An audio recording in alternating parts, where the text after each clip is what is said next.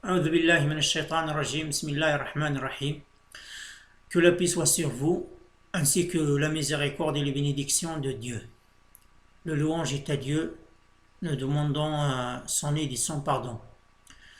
Je témoigne que Dieu est seul digne d'adoration et que Muhammad, paix et bénédiction soient sur lui, le dernier messager de Dieu et son véritable adorateur.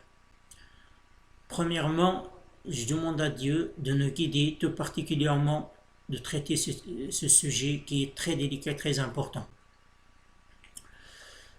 Dans le cadre des activités scientifiques du Conseil des ulama local de Beni Mellal, permettez-moi, mes chers frères et sœurs, de vous parler un tout petit peu de l'universalité de l'islam et de la notion de juste milieu.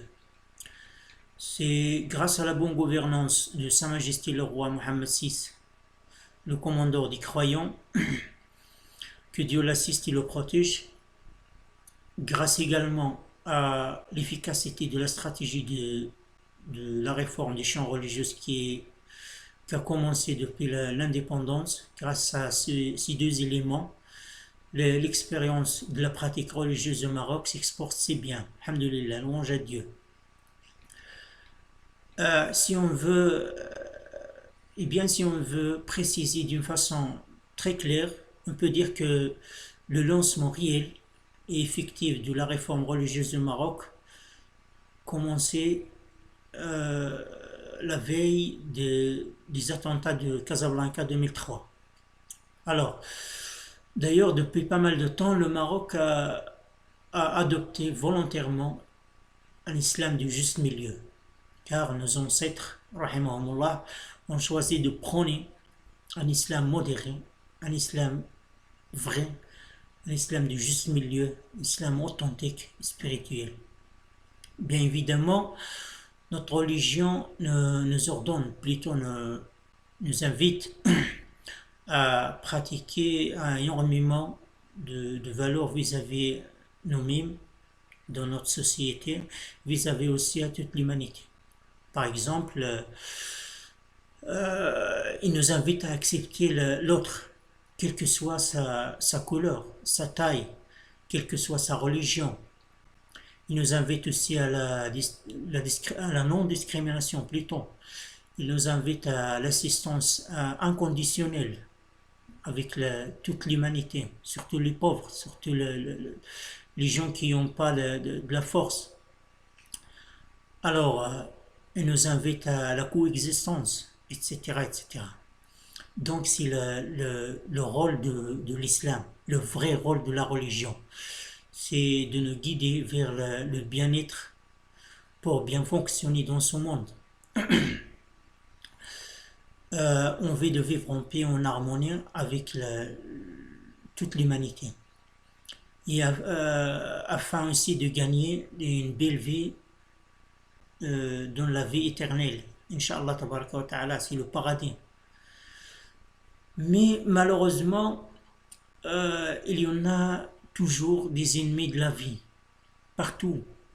Des ennemis de la religion, des ennemis de la stabilité humaine, dans tous les temps, malheureusement.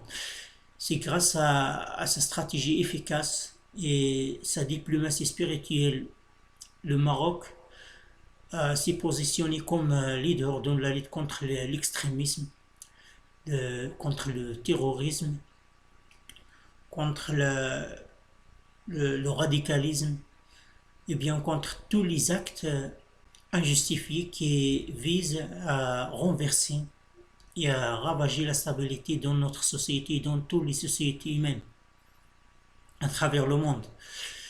Et ce modèle idéal du Maroc, de plus en plus recommandé, alhamdulillah, à travers le monde, grâce à Dieu avant tout. On doit dire ça. L'islam modéré ou du juste milieu se base sur la bonne moralité des gens. Car notre prophète, paix et bénédiction soit sur lui, a déclaré dans son hadith: j'ai été envoyé pour parfaire la bonne moralité des gens. إنما بعثت لأتمم مكارم الأخلاق. Et Dieu nous a dit dans le Saint-Coran aussi, nous avons fait de vous une nation, de juste milieu. وكذلك جعلناكم أمة وسطا. Donc la pratique religieuse au Maroc s'attache à quatre piliers importants et majeurs. Premièrement, c'est le commandement des croyants, Imarat al-Mu'minin. Pour moi, en tant qu'un prédicateur, mourchid, c'est le commandement des croyants, c'est une source dont les Marocains s'inspirent leur spiritualité. Donc le Maroc est unique dans ce cas-là, à travers le monde. Et on est très fiers de cette spécificité et d'être unique, pourquoi pas. Deuxièmement, c'est le credo ou dogme de l'imam al-Ash'ari au niveau de la croyance. On dit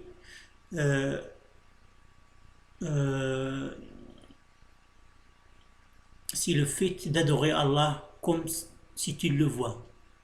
Mais si tu ne le vois pas, lui, il te voit. أن تعبد الله كأنك تراه فإن لم تكن تراه فإنه يراك. C'est le principe le plus grand ou le plus important dans le credo dogme de l'imam al-Ash'ari.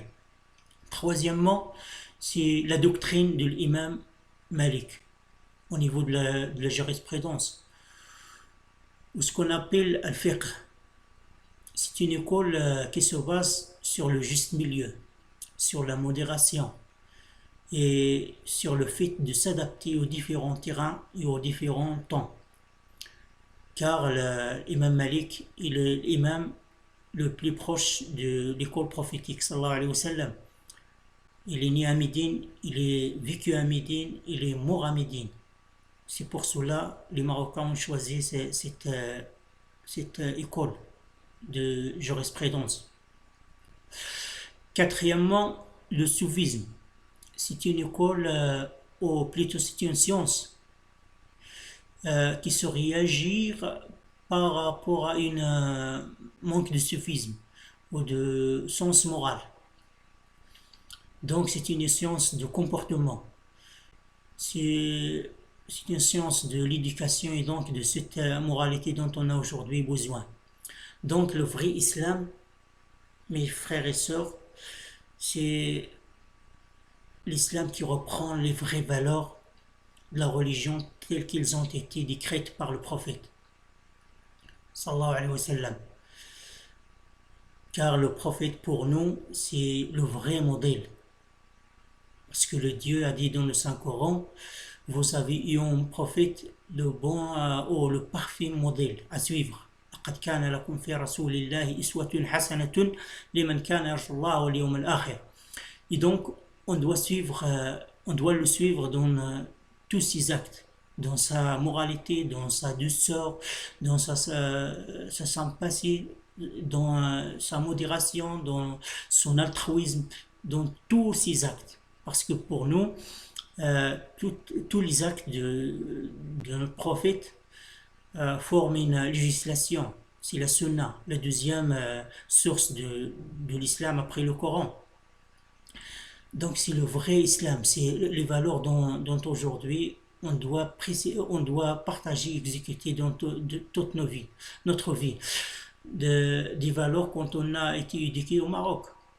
Donc chacun est libre, c'est la liberté. La liberté, c'est une notion très très très utile dans notre vie d'aujourd'hui.